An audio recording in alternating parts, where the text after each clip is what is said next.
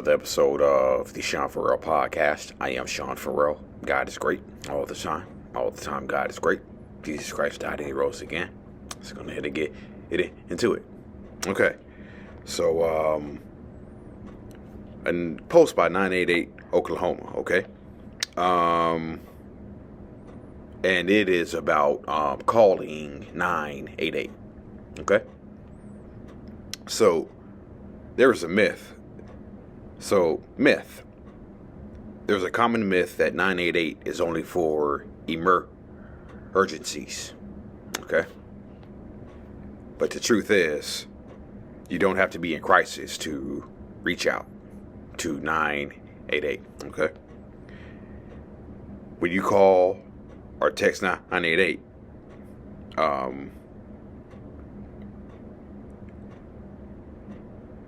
people call 988 for various reasons, okay? Okay?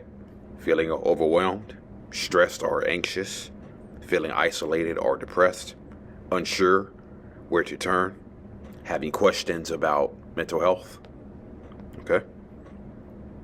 So, when you call 988, these are the things that you don't need.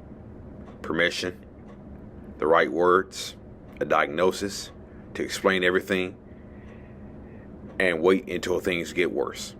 And one of the things that I've been asked before when people call 988 is, hey, how much do y'all charge? We charge absolutely nothing, okay? Calling 988 is free and confidential, okay? It is free and confidential. It is a safe space for you to express your emotions, okay? All right? So, remember, if you need someone to listen, you can either call or text 988, okay? Again, 988 is free, confidential. It's available 24/7. We are always here for you, okay?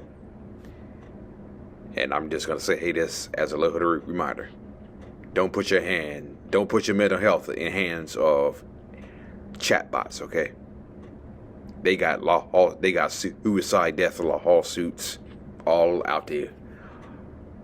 They have so many suicide, death lawsuits, it's not even funny, okay?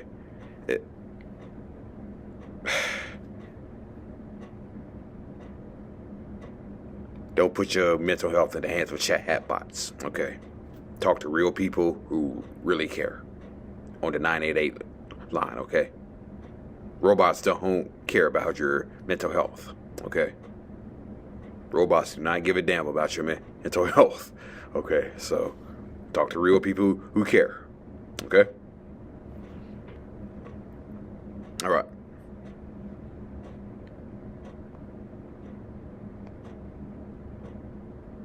So, also there's a guy that I follow on Instagram. His name is Ben V. Bennett, okay? And so, hold on, okay?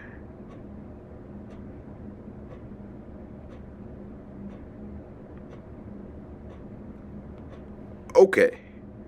So,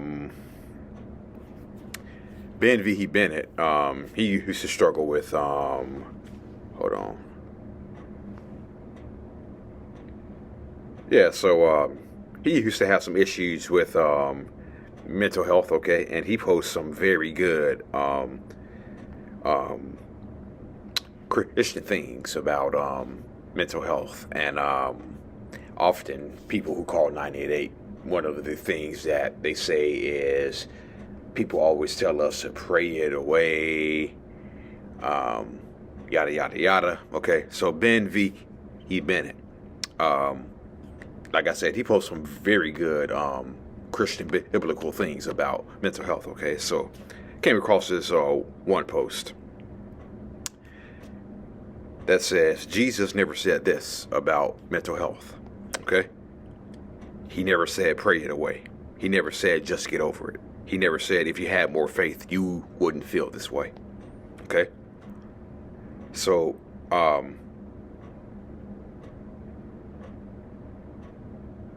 mental health struggles equals weakness. No, it does not. That's a lie. Okay. Many have been told that their struggles mean that they don't trust God enough. Okay. But Jesus also felt a deeper meaning. Jesus also felt deep mental agony, grief, and distress, and he was perfect. Matthew 26, verse 28. My soul is overwhelmed with sorrow to the point of death. Okay? Jesus didn't shame people's mental health struggles. He met the anxious, the suicidal, the outcast, not with correction, but with compassion. Matthew 12, verse 20. A bruised reed he will not break, and a smoldering wick he will not snuff out. Okay?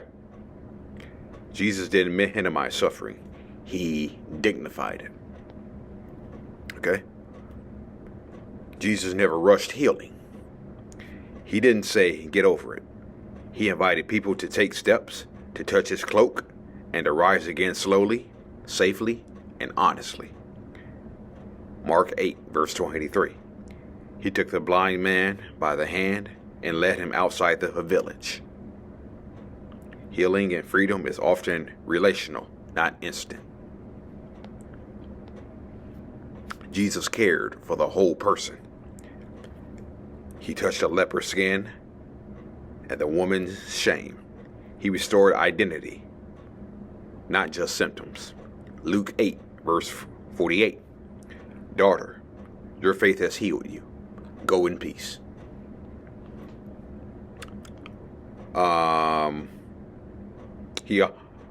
The post by Ben V. Bennett also said this: neuroscience findings agree with Jesus' ways. Science now confirms what Jesus modeled: safe relationships, truth, and love literally rewire the brain. John 8, verse 32. You will know the truth, and the truth will set you free. Healing is both spiritual and biological. Jesus cares about your mental health. He knows your story, mind, trauma, and struggle, and calls you be loved, not broken. You don't need to hide your pain to have faith. Let me hit that again. You don't need to hide your pain to have faith. Bring it to him. He's not ashamed to meet you there. Matthew 11, verse 28.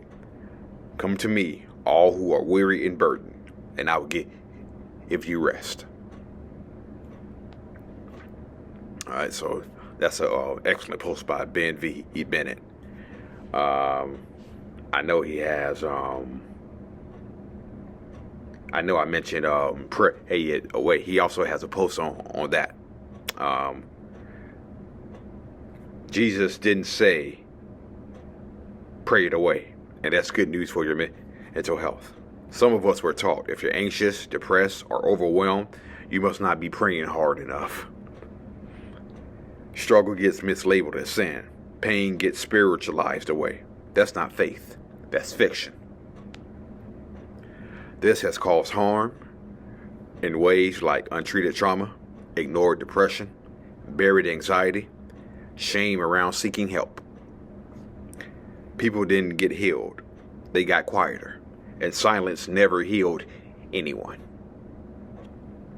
Okay? Jesus disputes a lie. Jesus never shamed people for being overwhelmed. Again, Matthew 11, verse 28. Come to me, all who are weary and burdened. Not fix yourself first. Not try harder spiritually. He invited honesty, not denial. What Jesus modeled, Jesus experienced mental anguish himself. Again, Matthew 26, verse 28. My soul is overwhelmed with sorrow to the point of death. That's not weak faith. That's a fully human nervous system under pressure. Jesus didn't bypass emotion. He named it. Prayer was never a bypass, okay? Prayer isn't meant to replace healing. It's meant to support it, okay? God uses prayer, wisdom, community, rest, truth, renewal of the mind. Ignoring pain isn't spiritual maturity, it's avoidance. Biblical renewal is active. Scripture doesn't say suppress your thoughts. It says, Romans 12, verse 2, be transformed by the renewing of your mind. Renewing means engaging, naming lies, replacing them with truth. That's not secular psychology. That's discipleship. Okay? Jesus didn't say pray it away. He said come, rest, renew, heal. Some battles aren't prayed away. They're walked through with God and others. And that's not a failure of faith. That's the beginning of freedom. Okay? Yeah, so he has a lot more posts about mental health. I'm just gonna pause right there for right now. I'm pretty sure gonna find some more. So yeah. All right, that's it, and that's all for the Sean Farrell podcast. I am out of here. May God bless you all. Peace out. You matter. You're loved, and you're more than enough. Don't let anybody else ever tell you any differently. All right? Peace. God bless.